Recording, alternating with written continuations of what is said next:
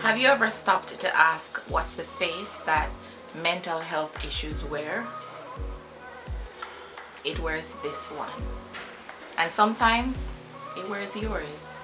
Mental health issues are real, and especially during this pandemic, we have several persons who are having issues, who are having anxieties, who aren't even sure what it is that's happening to them.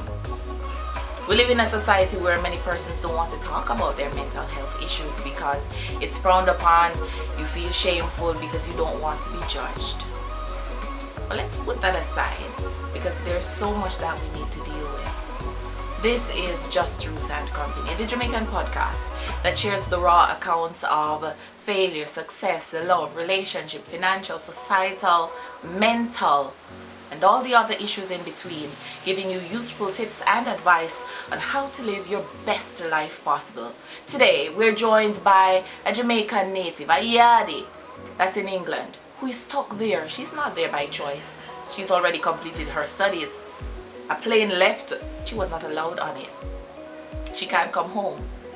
She'll talk about the effects of that on her mental health and also the provisions made for her by the government there because her visa also has expired. Stay with us, you don't want to miss this episode.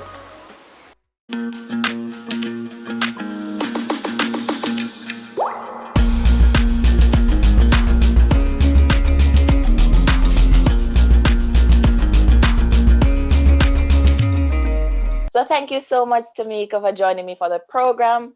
Long time in a see you. I'm if I tell It's you. it's been a while, but we've spoken. We've spoken, and I know that you're good, you're safe, you're indoors, and that makes my heart glad. But for Mm. those who are watching or listening and they're wondering, where is Tameka? Tameka is always somewhere far, guys. She's always in another country, guys, just so you know. And she's currently in England and she's studying.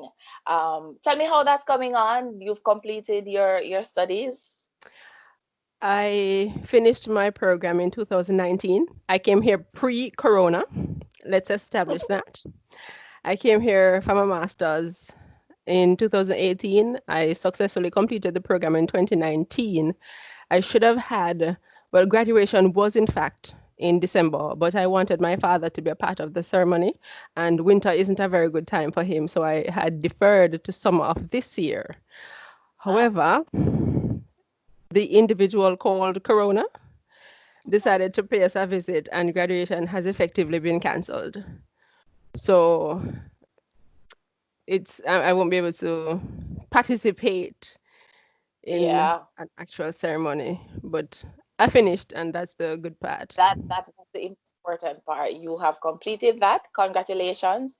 You've always known what you wanted. You've always gone for it, and I really do love that about you. But you're now stuck in England, and in Jamaican terms, you know, look pretty. That's one way of It putting it. Yeah. So, because we are just reading the news, it would be great to hear from someone who is actually there.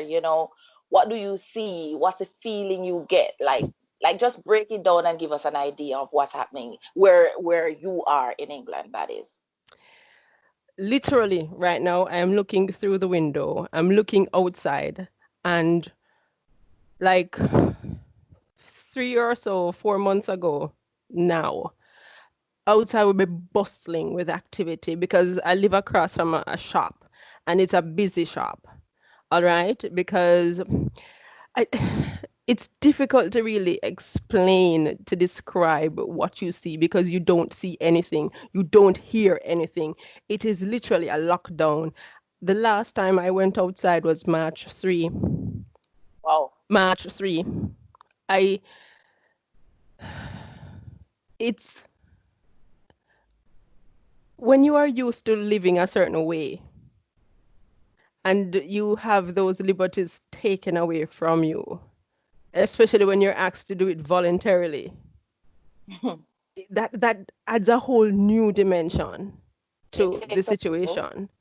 And England is a country where people tend to be cooperative. So the government asked that we stayed in. And we are, in fact, for the most part, staying in. Except, we just came out of winter. The sun is shining lovely now and has It's been for a finally number good of weather. days. Hey, spring, get the memo. And everybody wants to go out and benefit from the sunshine. So it really, really defies words. I'm telling you. When we say lockdown, we mean lockdown. We Yeah. not even carry out garbage, and the garbage pan they bust it 3 foot from the door. Wow. Okay. Be, Ruthann, if you go outside, you come back, you have to wash your hand. You have to take off your clothes. You have to wear mask. Look, me wash my hand till then dry. It's the same thing for me. Wipes. Like, and I live with someone who works at the NHS. So it's a bit more, our routine is a bit more More stringent because stringent. Yeah. I'm what you call vulnerable. So if something happens and I should get COVID-19, it's going to affect me in a greater way than someone who has no underlying health conditions. So she has gone through great lengths to ensure when she comes home, she derobes at the door. I'm telling you, our lives have become a routine. She derobes at the door. She goes immediately to the washroom, bleach, Dettol, disinfectant, whatever it is. The bathroom is cleaned. She washes her clothes daily. You understand? Then, after all of those things, then she interacts with us. And when her grandson is here, he's 3 years old. We have to kick it up a notch. It's I genuinely can't describe using words in any language what that is like to And someone who has never had these liberties. I don't, I mean, they've not been taken away technically. We haven't given them up, but no, we but understand it's necessary yeah. to do these things. And Tamika, from what you're saying, and I can get that because even for someone like me, I've been working from home for 2 years, a little over 2 years now. And this is different. This takes a different kind of toll because the truth is, I'd be home working. I get up one morning and I say, you know what? I'm going to work at a cafe today. You know what? I'm going to go to the park today. I'm going to work until my battery dies and then I'm just going to rest and chill. That's not an option because we're trying to do the right thing, so that no longer is an option. And even for me, and I live with other persons as well, even for me it does take a toll.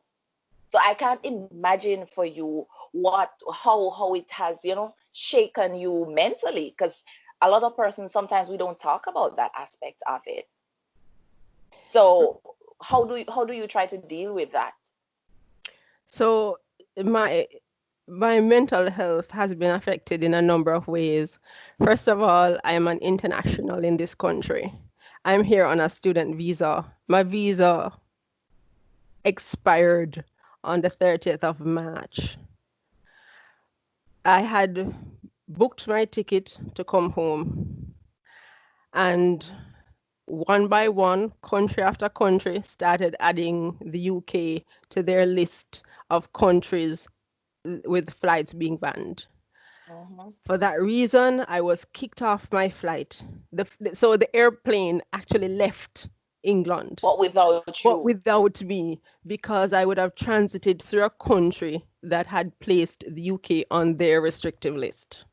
So I was kicked off the flight because I wasn't a permanent resident or a citizen. I mean, I had no papers for the country. So my anxiety went up. Initially, when it was only in China, when everyone was watching China like TV, the Hmm. government, the UK government, put in a system where if you're Chinese or you have Chinese documents, visas, whatever it is, and you're living in the UK, they automatically extended your visa because of the situation in China.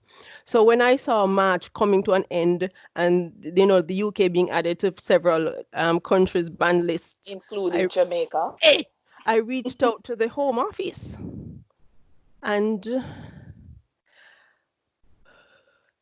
I got the email saying, I understand that this is happening, but outside of the preparations we have already made, no other country is being added to the list of extension. And I'm telling you, I went into a panic. But of course. Immediately, I went into a panic because I did not, I'm not willingly overstaying. I'm not trying to spoil my visa. I'm not trying to ruin the rest of my travel history. Hmm. I simply needed to understand that this is happening. But something happened, and the following day, I was told that they have extended our visas until the 31st of May, I think. We simply have to fill in the form online and they'll do it. And a number of persons I went to school with, they have already gotten their extension. So I'm just waiting on mine. It takes a while, apparently. Well, I'm happy that that provision was made, but the initial response to it, even though I'm hearing it second-handedly and after the fact, it shook me up because there you would be ruining everything, really, and it's not your choice. You had no choice whatsoever in the matter. And I have a very excitable father. Very excitable. He worry if he nothing at all, me I tell you the truth. And And this time he he, actually does have something to hey, worry about. listen man, the man blood pressure go up instant. You Mm. understand? And he wants me to be in Jamaica, like physically be in Jamaica. He would feel more comfortable and that sort of thing. And I want to save him the distress. And so part of me did want to keep him updated, part of me never want to keep him updated because I wanted to spare him and that sort of thing. But it's stressful. And then since hearing about the extension, relief, but it's a different type of mental attack since then. For example, like a solitary person. I like I have no problem being inside, but I like to be alone inside. Yeah. So so like being in quarantine with people and you're constantly 24 hours, 7 days a week for months on end, being in people's other people's space, it takes a toll. Like this is the first I'm actually going to allow these emotions to wash over me. It is not something I genuinely allowed to think about because I have like underlying issues. So it really is. It's this morning I wake up on my ball. My Mm. ball. Yeah, what I come here, I mean I tell no lie. I want to go home. I can't go home. Then me I say, where me I go, go. The UK has been through its peak. Jamaica is currently going through its peak. Like when we wouldn't Yeah. go? Yeah. Yeah, like why would I go? But at the same time, like there's a different kind of It's peace of tiring. mind things, Mhm. and I've been here in these. Like I must say, I have excellent hosts. I do not want for food, clothes, or shelter. You understand? But I feel like I've been in their space long enough. You understand? Mm. This was not the arrangement, and it just everything just if me think about it, tumble down on me, and I cannot sit and me can't do it. Breathe, So, breathe. but I You press on nonetheless. we press on. We press on. My government reached out to me, the High Commission, the That's Jamaican commendable. High Commission, of course. For example, when I lived in Asia and we had that earthquake, the embassy there reached out and asked if we were okay. I registered with the Ministry of Foreign Affairs recently, and the High Commission in London called, asked if I was still here, if everything is okay. She said, you can call me here if anything happens, that sort of thing. So I don't feel like I'm forgotten. I don't feel like I'm Good. overlooked. And I would appreciate if the government like use the resources to dedicate to where they actually need, like people who are stranded out at sea or stranded up in the air, or people who are in a worse off situation than I am. At present, I can fend for myself, so I really would prefer if they directed their resources elsewhere. But I don't feel forgotten or anything by the government. I don't feel overlooked. which is good, because even right here in Jamaica, the work that the government is doing is commendable, and sometimes persons still find a way to blame them. But the truth is, especially based on this coronavirus, this pandemic, we are in charge of what happens. They can do so much and no more. We have to do our part, and if we don't do our part, then we are part of the problem. And that's the issue here. But as you spoke a while ago, Tamika, about how this affects you mentally, I it's something that I wish I had the platform, or do I, to assist with, because if I'm right here in Jamaica, where I can call mommy down the road and I'm with close friends and we chose to live together, so that is fine, and I can still feel this way. I can't even imagine how you feel. I have a cousin who is stuck on a ship. Mhm. I have a friend who is stuck in a country, couldn't come home. She spent her birthday there. She can't see her family.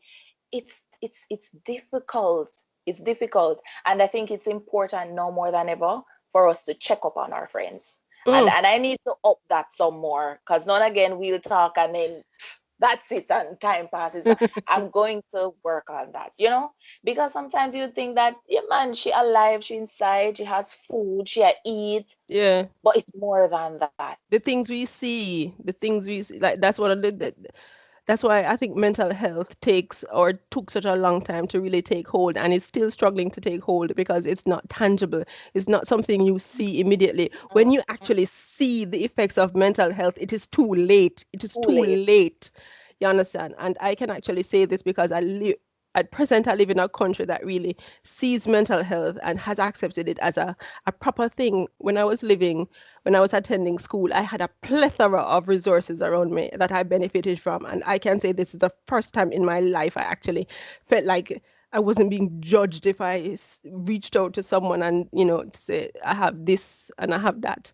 Additionally, like in this country now during Corona, people have made several apps for mental health. It is Wow. on the news daily how you can overcome, what you can do, where you can go to find resources. It's not just Corona. X amount of persons have died. Y amount of people have been cured. We're working on Z amount of vaccine. No, it's like a whole, the entire gamut is being explored, and mental health is one of those aspects. Just this morning, I learned about an app where it's for mental health. It's a mental health related thing. So people are working as it relates to keeping ourselves sane during this situation. But discipline Mm-hmm. discipline, I think, plays a huge role because we have chosen in this country and in the rest of Europe, we are cooperating. We have chosen to follow the advice of government, and it is not the same in other parts of the world. It don't look like it is same in Jamaica. It doesn't. For the most part, it doesn't. But we just I hope we can reach inside and find that self-discipline and realize that it really is for the best. Yeah, yeah. As it relates to those apps, Tamika, we can download apps from anywhere. Most apps are accessible from anywhere in the world. And if you could share those with me, I would most happily link them in the description bar below, because I'm sure you're not the only one who needs, all of us, to be honest, on different levels. Yep. We Yep. need that support. We Mm-hmm. need that help. So if it's just to share those apps, I would be more than willing and happy to do so, because all we need is a help. Me think so. Me definitely think so. I And have I have one friend. He's Jamaican, but he has lived here forever. Like that is, how we would have said yo what or hi, hello or wagwa. His question is, how is your mental health? That is his opening wow, question. Yo, wow. Tams, how your mental health? That is how he says hi, because it is such an ingrained part of the culture here. So I'm actually going to make a greater effort to get a hold of the names of those apps and that sort of thing, so I can pass it on. I would greatly appreciate it.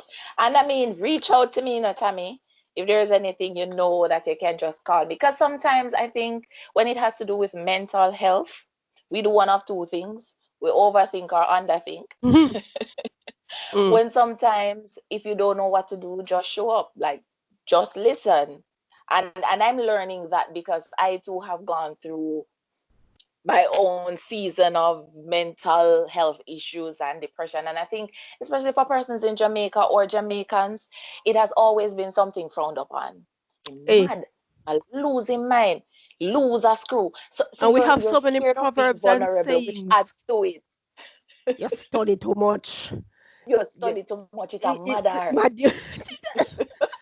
Like you look outside it raining and you wanted to go down, you wanted to go like out and it start raining. Say, lad, me depressed.